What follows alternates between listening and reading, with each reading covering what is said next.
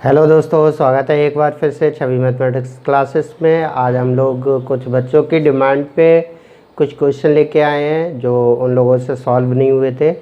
आइए देखते हैं कौन कौन से क्वेश्चन उन लोगों ने भेजे हैं और कौन कौन से सॉल्व करते हैं हम लोग। सबसे पहला क्वेश्चन है, एक क्वेश्चन ये भेजा था मुझे कि इंटीग्रेशन के दो क्वेश्चन हैं। इंटीग्रेशन के पहले सॉल्व कर रहा हूँ। तो integration dx upon 1 plus x की whole power 1/2 and plus 1 plus x की होल पावर 1/3। ठीक है, ये क्वेश्चन ये भेजा था। और दूसरा क्वेश्चन भेजा है इसी का, इंटीग्रेशन dx अपॉन एक्स की पावर 1/3 माइनस एक्स की पावर 1/2, सेम इसी की तरह। तो इस वाले को सॉल्व करूँगा, ये वाला आप लोग स्वयं करिएगा। दूसरा क्वेश्चन और डिफरेंट क्वेश्चन था, dx अपॉन √1 प्लस √x, एक ये भेजा था। ठीक है, ये 3 क्वेश्चन भेजे थे। तो ये 2 क्वेश्चन तो एक ही टॉपिक के हैं, एक ही जैसे हैं, आप लोग देख पा रहे हैं। केवल यहाँ पर कितना 1 प्लस एक्स है और यहाँ पर ओनली x है, और यहाँ पर प्लस है, यहाँ पर माइनस है, इतना डिफरेंस है। आप लोग जो क्वेश्चन सॉल्व मैं करूँगा उसमें आप इतना डिफरेंस करते जाइएगा, सॉल्यूशन आपको मिल जाएगा। ठीक है, एक ये वाला क्वेश्चन है, इसको सॉल्व करेंगे और इसको सॉल्व करेंगे हम लोग। तो सबसे पहला वाला क्वेश्चन हम लोग देखते हैं, आइए क्या है इसका सॉल्यूशन। इसमें पहला क्वेश्चन हमारा ये है, integration of dx upon 1 plus x की होल पावर 1/2 और 1 प्लस एक्स की पावर 1/3। ठीक है, तो इन दोनों में जो छोटी वाली वैल्यू होती है उसके लिए हम क्या करते हैं, कॉमन ले लेते हैं। ठीक है, तो ये हो जाएगा आपका इंटीग्रेशन ऑफ dx अपॉन, इसमें से 1 प्लस एक्स की होल पावर 1/3 कॉमन ले लेते हैं। ठीक है, तो 1 प्लस एक्स की होल पावर 1/3 मैंने क्या कर लिया, कॉमन ले लिया। ठीक है, यहाँ क्या बचा, 1 बचा, प्लस यहाँ कितना बचेगा, 1 प्लस एक्स की होल 1/2 और 1 प्लस एक्स की होल पावर 1/3। ठीक है, इतना बचेगा। अब देखिए इसको हम क्या कर सकते हैं, इंटीग्रेशन dx अपॉन में 1 प्लस एक्स की होल पावर 1/3 के लिए अगर मैं इसको ले जाऊंगा ऊपर, तो 1 प्लस एक्स की होल पावर माइनस का 1/3 dx हो जाएगा। ठीक है, अब इस वाले में क्या कर देंगे हम, 1 प्लस, इसको आपस में कैलकुलेट करेंगे तो 1 प्लस एक्स की होल पावर 1/2 माइनस 1/3, 1/2 माइनस का 1/3, इतना आ जाएगा। ठीक है, अब जब मैं इसको और कैलकुलेट करूँगा तो 1 प्लस एक्स की होल पावर माइनस का 1/3 dx। ठीक है, अब इसके लिए हम लोग कैलकुलेट करेंगे तो एलसीएम तो आ जाएगा 6, 3 माइनस 2 यानी कि 1/6। तो ये हो जाएगा 1 प्लस एक्स की होल पावर 1/6। ठीक है, इतना आ जाएगा आपका। अब हम लोग क्या करते हैं कि जो नीचे बचता है उसके लिए कंसिडर कर लेते हैं। तो लेट कर लेते हैं, लेट 1 प्लस ऐसी पावर में कंसिडर करते हैं कि यहाँ पर होल स्क्वायर बन जाए हमारा। ठीक है, तो होल स्क्वायर में बनाने के लिए मुझे पावर कितना लेना पड़ेगा, t की पावर 12 लेना पड़ेगा। ठीक है, तो ये हो जाएगा dx इक्वस टू 12 t की पावर 11 इंटू dt, इतना हो जाएगा। ये वैल्यू उठा के हम यहाँ पर पुट करेंगे तो ये हो जाएगा इंटीग्रेशन 1 प्लस एक्स को मैंने कितना माना, t की पावर 12 अपॉन में 3, वो भी किसका, माइनस का, और यहाँ पर dt की जगह, dx की जगह पे मुझे कितना रखना है, 12 t की पावर 11 dt। ठीक है, और प्लस 1 प्लस यहाँ पर कितना हो जाएगा, t की पावर 12, इसको 6 से डिवाइड करेंगे तो कितना आ जाएगा, 2 पावर आ जाएगी। ठीक है, अब देखिए इसके लिए और कैलकुलेट कर सकते हैं। तो ये हो जाएगा 12 तो बाहर आ गया है इंटीग्रेशन से, इन दोनों को यहाँ पर आ जाएगा 4। ठीक है, 4 को 11 में से घटा देंगे तो t की पावर कितना बचेगा, 7 dt, और नीचे कितना हो जाएगा, 1 प्लस टी स्क्वायर। ठीक है, अब देखिए इंटीग्रेशन का रूल होता है कि अगर ऊपर वाली पावर जब तक बड़ी और बराबर रहेगी तब तक हम उसे इंटीग्रेट नहीं कर सकते, ये इंटीग्रेशन का रूल होता है। ठीक है, चाहे आपका डेफिनेट इंटीग्रल हो या फिर इनडेफिनेट इंटीग्रल हो, कोई सा भी हो। तो यहाँ पर पावर कितनी है, 7, और यहाँ पर t की पावर 2 है, तो ये तो बहुत बड़ी है। तो हमें क्या करना होगा, 2 से ऊपर वाली पावर छोटी करनी होगी। छोटी करने के लिए हम लोग क्या करते हैं, डिवाइड करते हैं। तो डिवाइड कर लेते हैं। जब हम इसको डिवाइड करेंगे, मैं यहाँ पर डिवाइड कर देता हूँ, यहाँ पर है आपका टी स्क्वायर प्लस 1 से डिवाइड करना है, और किसके लिए, सॉरी यहाँ लिख लेता हूँ, टी स्क्वायर प्लस 1 से डिवाइड करना है टी की पावर 7 को। पावर चली जाएगी टी की पावर 5 बाहर चला जाएगा, इसमें मल्टीप्लाई करेंगे टी की पावर 7 हो जाएगा, क्योंकि वेरिएबल की पावर मल्टीपल में क्या हो जाती हैं, ऐड हो जाती हैं। ठीक है, तो ये पावर इसमें ऐड हो जाएगी, प्लस 1 में टी की पावर 5 हो जाएगा, सब्ट्रैक्ट करेंगे इसे तो ये कैंसिल आउट हो जाते हैं, यहाँ बचेगा माइनस टी की पावर 5।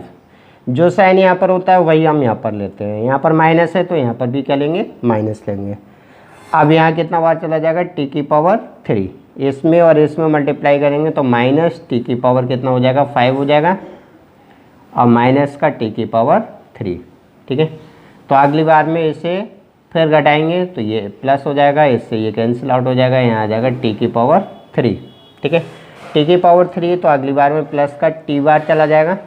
ठीक है, टी बार लगाएंगे तो यहाँ हो जाएगा टी की पावर 3 और प्लस का टी।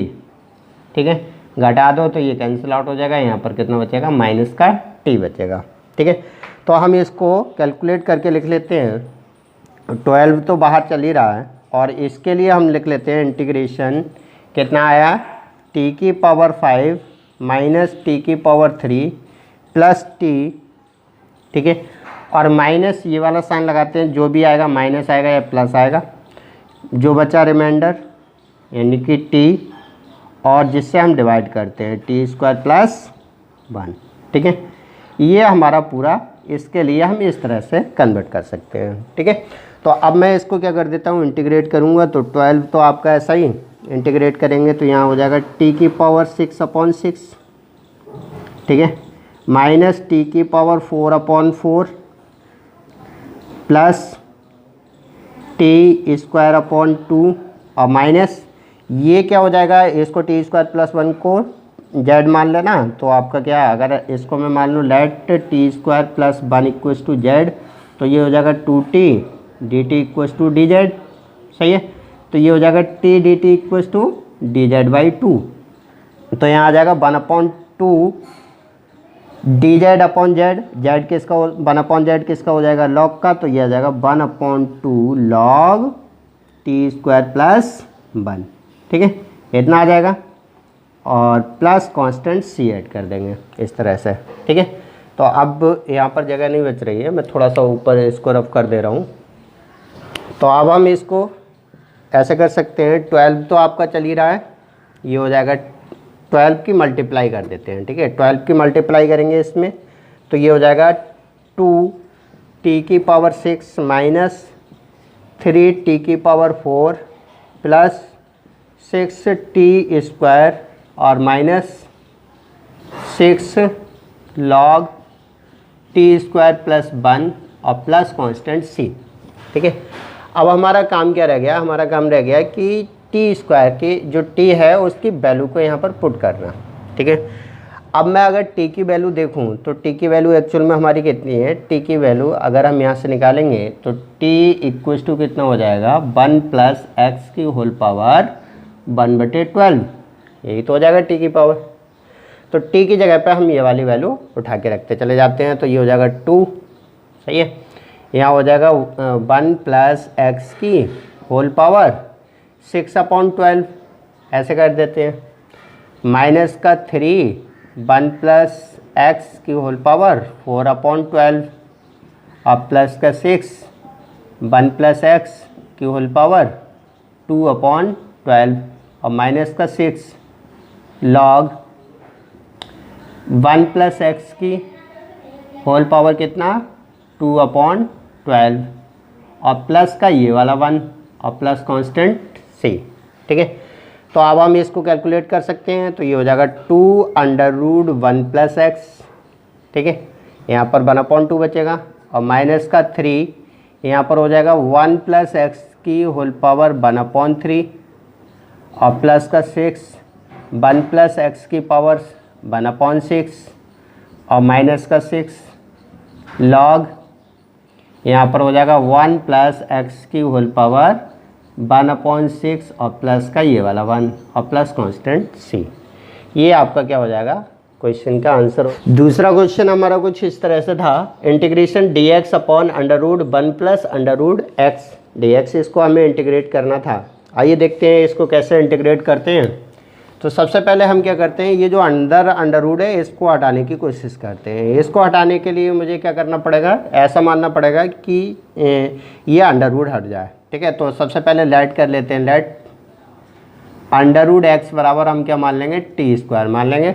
ठीक है, तो एक्स बराबर कितना हो जाएगा, टी की पावर 4 हो जाएगा। डी एक्स बराबर कितना हो जाएगा, 4 टी की पावर 3 एंड डी टी, ये हो जाएगा। ठीक है, डिफ्रेंशिएट कर देते हैं हम यहाँ पर, ये वैल्यू उठा के यहाँ पर पुट कर देते हैं। तो ये हो जाएगा इंटीग्रेशन 4 टी की पावर 3 डी टी।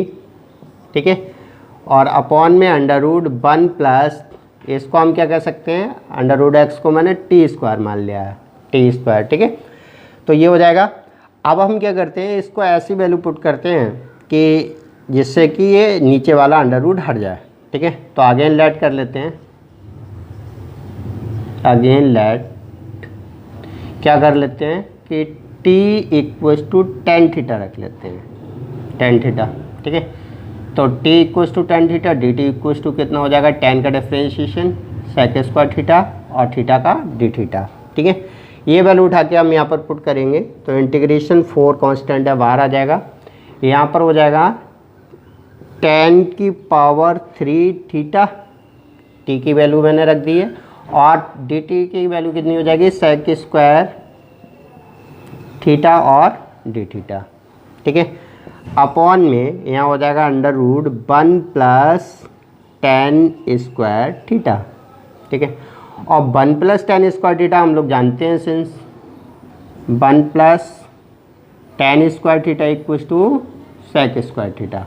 ठीक है, तो ये वैल्यू उठा के जब हम यहाँ पर रखेंगे तो ये हो जाएगा 4 इंटीग्रेशन 10 की power 3 theta sec square theta D theta, upon में कितना हो जाएगा, सेक स्क्वायर थीटा, और अंडर रूट हटाएंगे तो केवल बचेगा आपका सेक थीटा।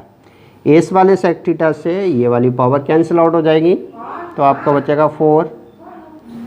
तो ये बचेगा आपका 4 इंटीग्रेशन 10 की पावर 3 थीटा और इनटू में सेक थीटा डी थीटा, ये आपका बच जाएगा। ठीक है, तो अब हम इसको क्या कर सकते हैं, 4, इसके लिए आगे हम लोग कैलकुलेट कर सकते हैं 10 की power 3 theta sec theta D theta के लिए 10 की पावर 3 थीटा की वैल्यू को हम तोड़ सकते हैं 10 स्क्वायर थीटा और 10 थीटा और सेक थीटा डी थीटा।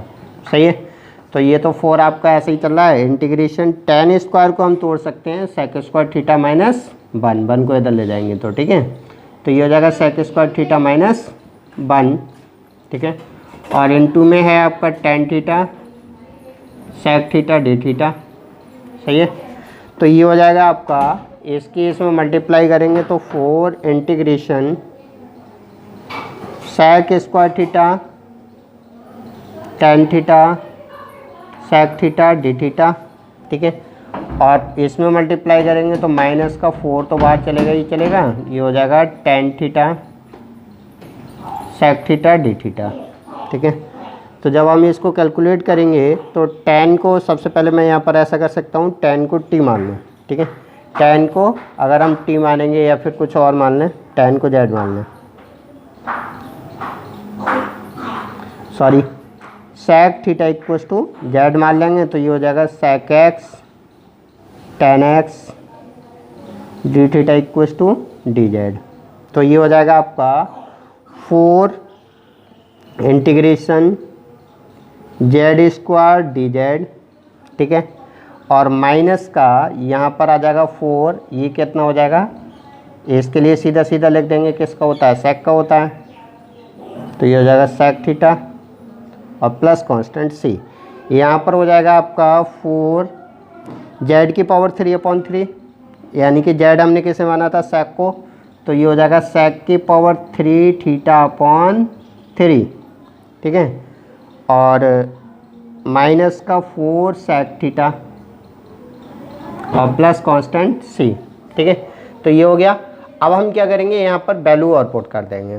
ठीक है, वैल्यू हम किसके सेक की पावर, सेक की वैल्यू अगर हम लोग निकालेंगे तो sec इक्वल टू आपका कितना हो जाएगा, हमारा tan में हमने यहाँ पर वैल्यू रखी है, तो sec की वैल्यू निकालेंगे तो ये हो जाएगा sec theta equal to under root 1 plus tan square theta, ये हो जाएगा यहाँ से।